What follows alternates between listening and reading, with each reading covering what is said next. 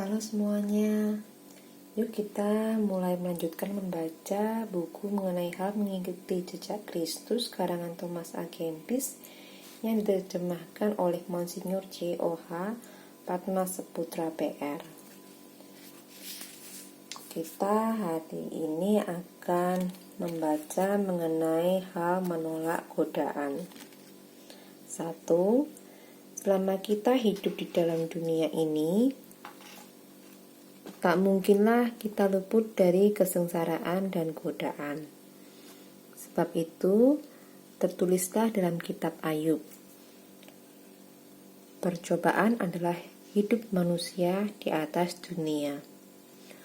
Oleh karena itu, tiap orang wajiblah waspada terhadap godaan-godaan dan berjaga-jaga serta berdoa agar supaya setan yang tidak pernah tidur, melainkan berkeliling serta mencari siapa yang dapat ditelannya, tiada mendapat kesempatan untuk memberdayakan. Tak ada seorang pun yang begitu sempurna dan suci hingga ia tidak pernah tergoda. Tak mungkinlah kita terlepas sama sekali daripada itu. 2. Tetapi godaan-godaan itu, biarpun sukar dan berat, kerap kali sangatlah berguna bagi manusia. Sebab oleh itu semuanya, manusia menjadi rendah hatinya, bersih dan lagi menerima didikan pula. Segala orang kudus telah mengalami banyak percobaan serta godaan, dan oleh karena itu mereka mendapat perkembangan rohani. Dan mereka yang tidak kuat mengadakan perlawanan terhadap godaan, telah terbuang dan hanyut. Tak ada satu perkumpulan sekalipun suci dan tempat sekalipun tersendiri yang tidak dihinggapi godaan dan kesusahan hidup. 3. Selama manusia hidup di dunia ini, selama itu tiada pernahlah ia aman daripada godaan. Sebab di dalam diri kita terdapatlah sumber godaan. Karena manusia telah dilahirkan di dalam keinginan daging. Baru saja lewat suatu godaan atau percobaan, datanglah pula sebuah yang lain. Dan begitu terus meneruslah, ada saja yang kita alami. Karena hak menikmati keadaan bahagia semula sudahlah hilang dari kita. Banyak orang yang mencoba menghindari godaan, tetapi malahan semakin dalamlah ia jatuh. Kalau kita hanya menghindari saja, kita tak dapat menang. Tetapi dengan sabar dan rendah hati yang sesungguhnya, kita akan menguasai musuh kita semuanya. 4. Siapa hanya menyingkirkan diri secara lahir saja dan tidak mencabutnya sampai kepada akar umbinya, hanya sedikitlah ia mencapai kemajuan. Malahan godaan akan semakin cepat mendatanginya kembali, dan semakin banyaklah ia akan menderita. Dengan perlahan-lahan, penuh kesabaran dan ketenangan hati, kita dengan pertolongan Allah akan lebih mudah mengalahkannya daripada dengan tindakan bengis dan kasar terhadap diri sendiri. Hendaklah kita kerap kali minta nasihat bila kita sedang diserang godaan-godaan, dan hendaklah kita jangan bertindak keras terhadap mereka yang sedang mengalami percobaan, melainkan hiburkanlah mereka seperti juga kita sendiri ingin diperlakukan orang. 5. Pangkal segala kejahatan pada godaan terletak pada kelincahan batin kita dan karena kita kurang percaya kepada Allah. Sebab ibarat sebuah kapal yang tak berkemudi terombang-ambing oleh gelombang kian kemari, demikian pula lah manusia yang lemah, yang tidak sanggup meneruskan maksudnya, terjerat dalam berbagai macam godaan. Api menguji besi dan godaan menguji orang yang tulus.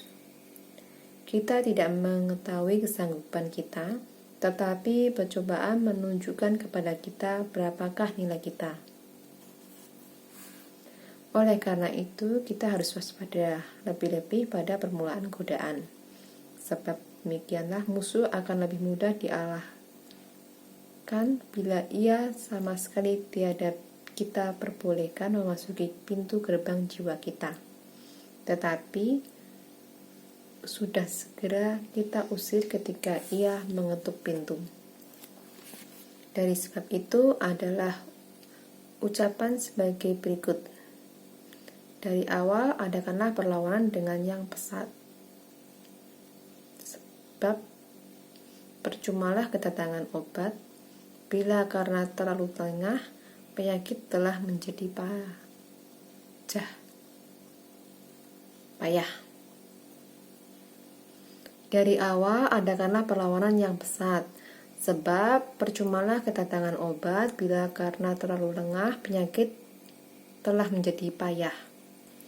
Sebab mula-mula di dalam hati kita timbullah hanya sebuah pikiran saja, kemudian menyusullah dengan giat angan-angan kita, dan seterusnya datanglah rasa lezat dan keinginan jahat, dan pada akhirnya menyetujuilah kita. Demikianlah musuh yang jahat itu lambat laun akan menguasai kita seluruhnya, jika kita tidak dengan segera melawannya pada permulaan.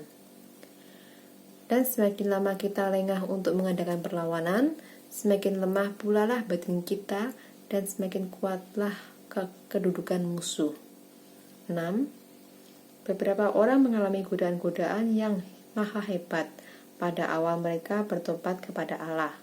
Sebaliknya, yang lain mengalaminya pada saat yang akhir.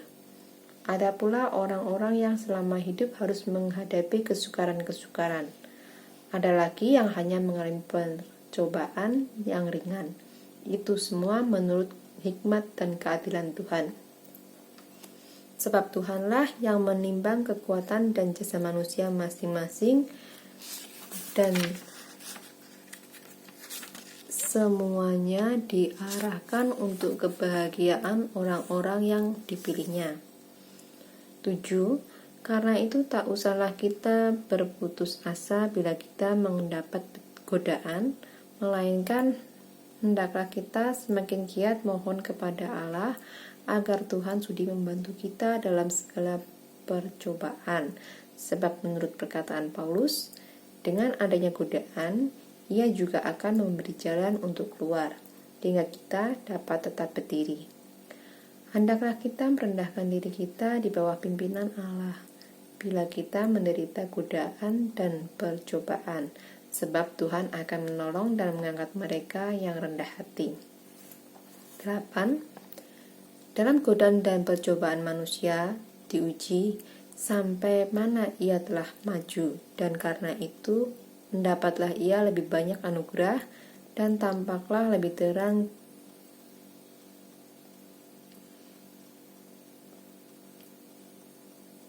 kebajikannya.